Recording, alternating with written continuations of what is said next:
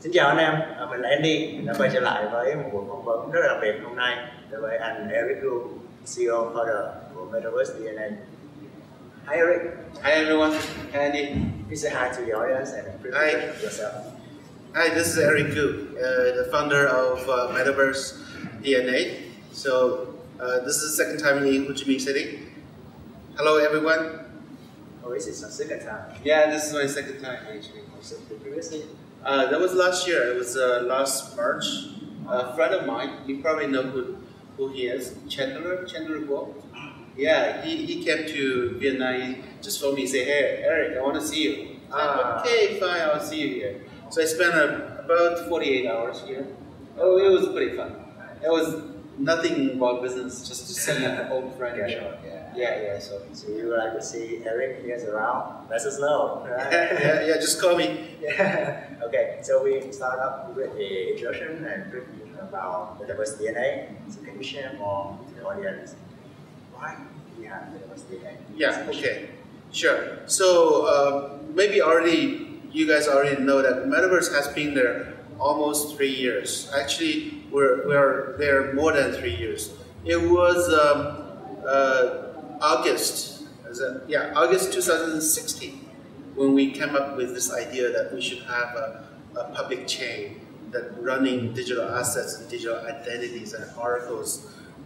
So I wrote our first white paper on the September 2016. So by February 11, 2017, we had the first version of Metaverse ETP chain ready. So we're January 2020 now. Yeah. So next month we'll be celebrating our third year's anniversary, right? So it's gonna be exciting. We're gonna have a huge event in Beijing. So everybody, welcome to come to Beijing to celebrate the third birthday of Metaverse. So as I said, February 11, 2017, we had this the first mainnet online. What we had back then was you can create your own digital asset. So you can issue your own token on top of our Metaverse chain, and that was that. But remember, 2017 was really early on. Yeah. So there are only 2 chains, probably.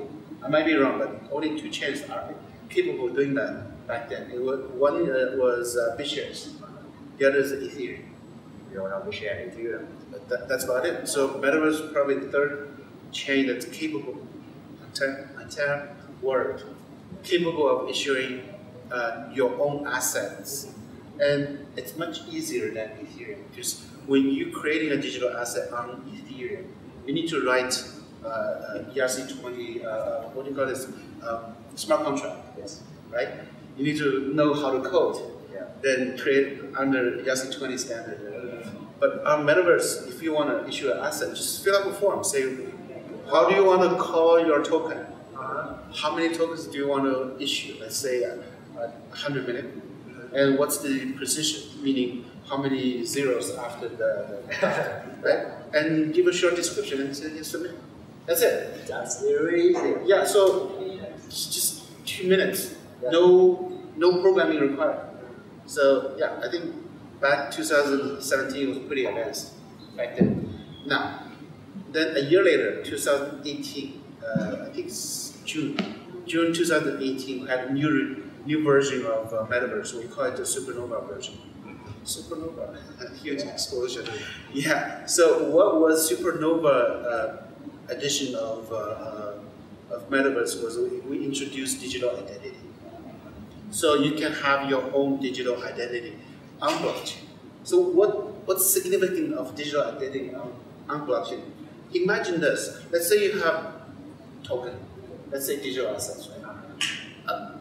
Us, as a physical human being, how can we hold on to a piece of a digital asset?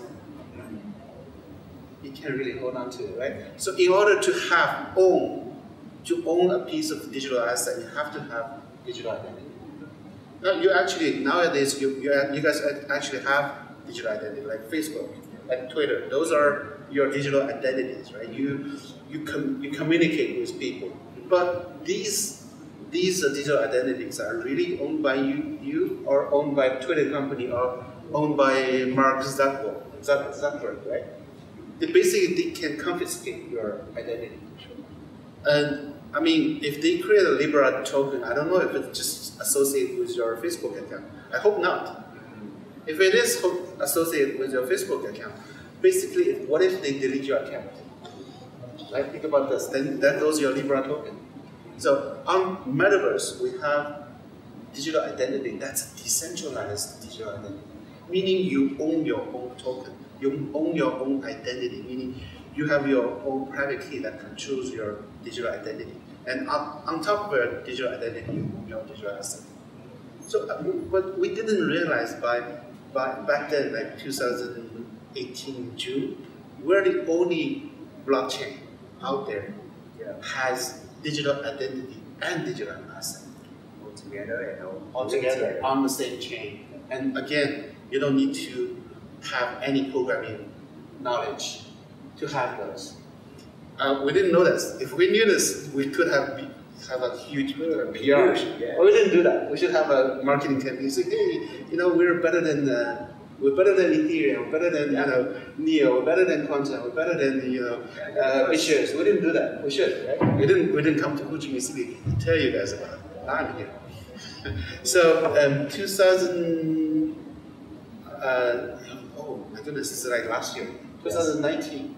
March, we had a new edition. We call it the Pillars of Creation. Again, it's like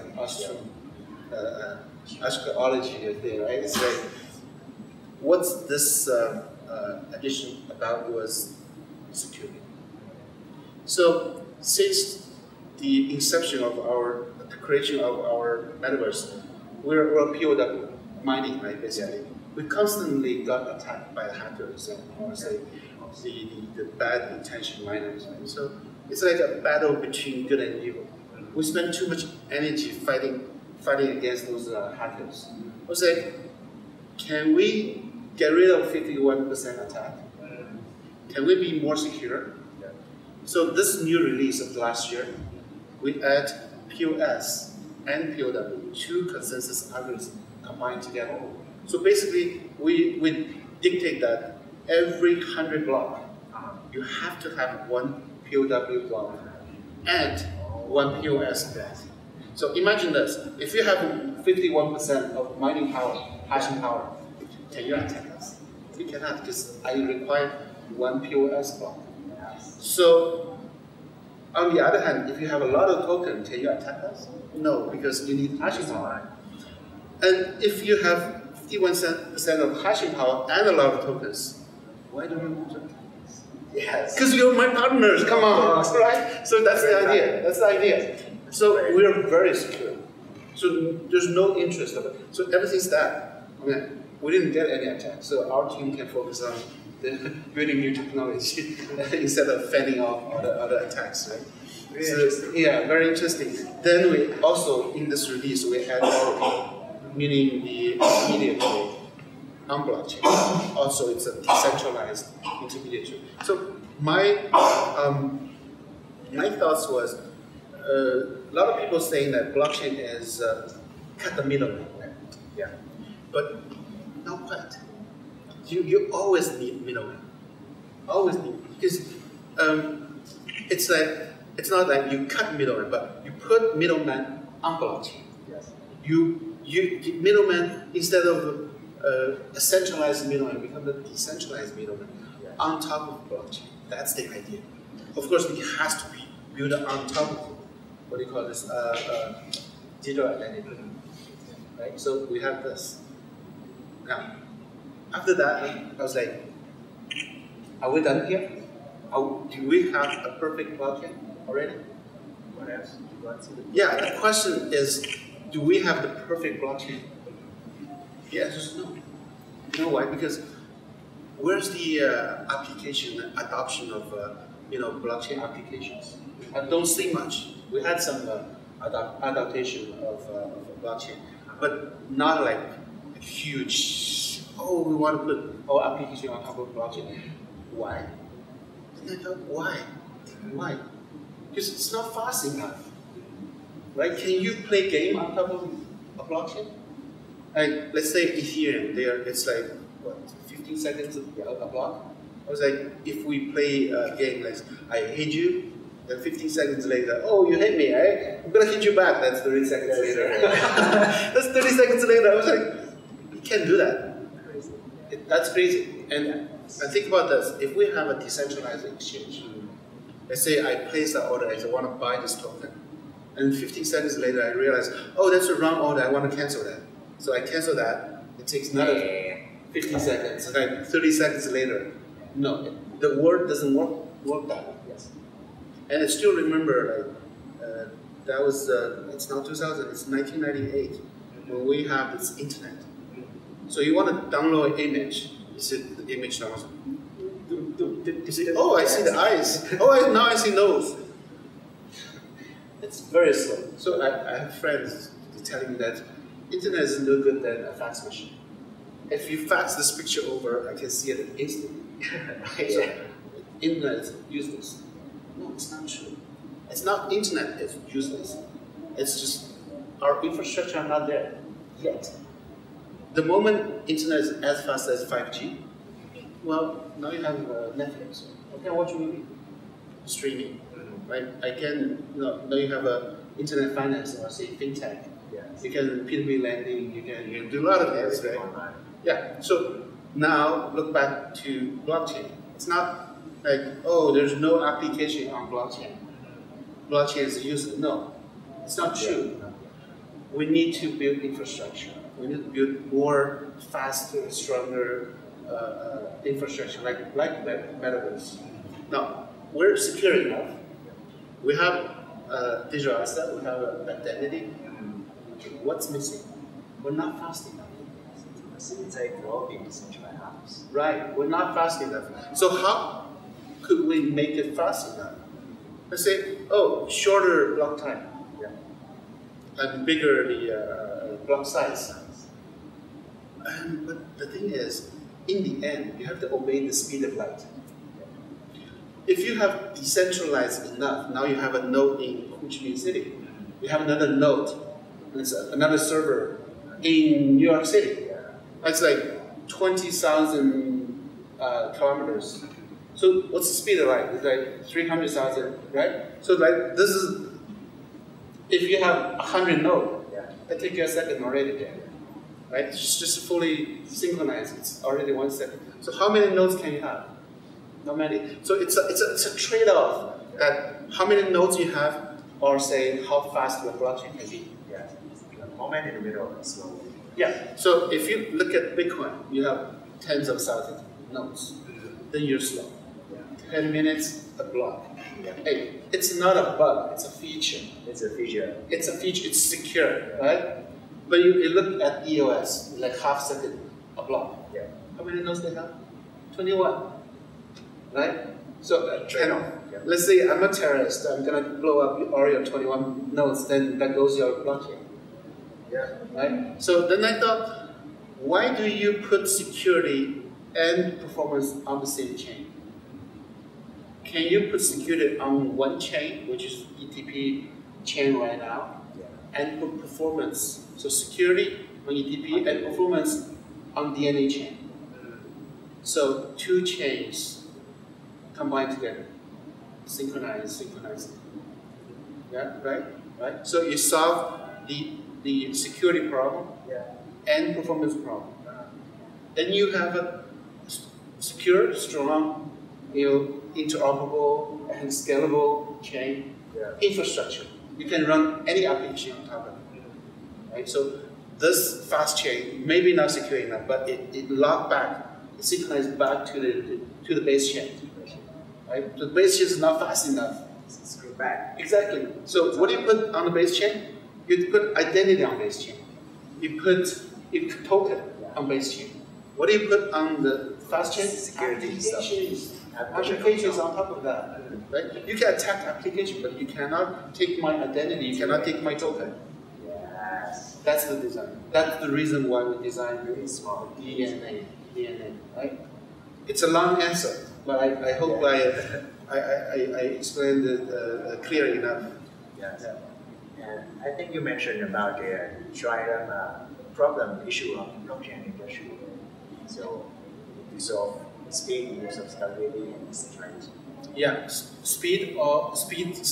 scalability, or do you still want decentralization? Right? And there's another problem, is interoperability. Meaning, let's say Ethereum. Ethereum has smart contract, very powerful. But would Ethereum smart contract be able to, say, send Bitcoin? Can you send the EOS? No. So, meaning if you have an Ethereum smart contract, you're pretty much within Ethereum ecosystem. That's it. So, what's important is we need to have interoperable, meaning you combine all the blockchain ecosystems together. So, DNA will have a virtual machine that are able to manipulate Ethereum token, EOS token, DNA token, ETP token, public. So, meaning if you see a transaction coming in from an Ethereum, you can trigger a DNA smart contract and set EOS token. Very nice. That would be ideal. That's how interoperability. That's how you talk to them. Exactly. We don't discriminate against any other blockchain. We want to work with all other chains. Of course, we show together. In a decentralized way. It's really interesting. Could you share more about your vision on developing decentralized application on DNA? Yeah, so what I think is people probably already heard of a terminology called DeFi. It's called decentralized finance. That's very important. So finance, I mean, is probably the most important application on top of blockchain. So to me, finance is really about borrowing and lending and trading in exchange. So the very first application on top of DNA will be a decentralized exchange. I see. So then, if you look back at BitShares already have a decentralized exchange like years ago, but they only have a spot trade, meaning you can trade your Bitcoin versus Ethereum, and that's it. But do you even have margin trading, futures trading, auctions, P2P lending? And I don't know have you heard of non-fungible token like crypto? These things are very important too. These things cannot be traded, it has to be auctioned. Absolutely. Right? So auction is very important. So on DNA, decentralized exchange, we want to build one. So we're not building it ourselves. I went to Europe, I found the most talented and bright people. I told them my vision. I want to build this. Yeah. Let's work together. Yeah, let's work And I went to Canada. I talked to the parity community, talked to the corporate and subsidiary community. I told them my vision. I said, you need to have digital identity. You need to have a decentralized exchange. So I want to. Let's work together. So I just rally the community. Let's do it together. Right? But we don't have to do it in house. So, meaning, actually, in blockchain industry, there's no such term as in-house. It's we're public. Decentralized. Yeah. Decentralized work. Let's work together. So that's the idea. So and the next application I really want to do is game. Imagine you have digital identity and game. Then in the game you have game items. It's non-fungible token, right? Every item is non-fungible. Yes, it's 721. Right? Then you have the gold coin. That's ERC20. All those can be auctioned, can be traded. Right? It's combined together. Most important is speed needs to be fast enough. It's very challenging. And the other thing is interoperable. Meaning, if I want to buy this token, we don't dictate you have Ethercoin or you have Bitcoin or you have EOS or you have DNA. Anything asset you want to buy that token, sure. Let's go for it. Yeah, let's go for it. you speak to all the other traders. So when this platform is there, then we talk about we have a blockchain application. It's real blockchain application. So everyone wants to use it. And when 5G is here, you know, So can you share to the audience when the DNA will be launched? hopefully next May. This way. Hopefully, yes. Actually, secretly, our testnet is already there. So our developers are testing the testnet right now. It's like Christmas, New Year, and Chinese New Year. So it's very hard to coordinate all the developers. So I say, let's not do it in the holiday season. Let's do it like March, April, and May. So conservatively speaking, let's make it happen. Make it happen. 1, 2, yes. So now you're here in Michigan City. Can you share some last word to our Michigan City blockchain users and also the developer community? Yeah, sure. See, 4 or 5 years ago, I was in China, and I saw the early booming of Chinese blockchain industry.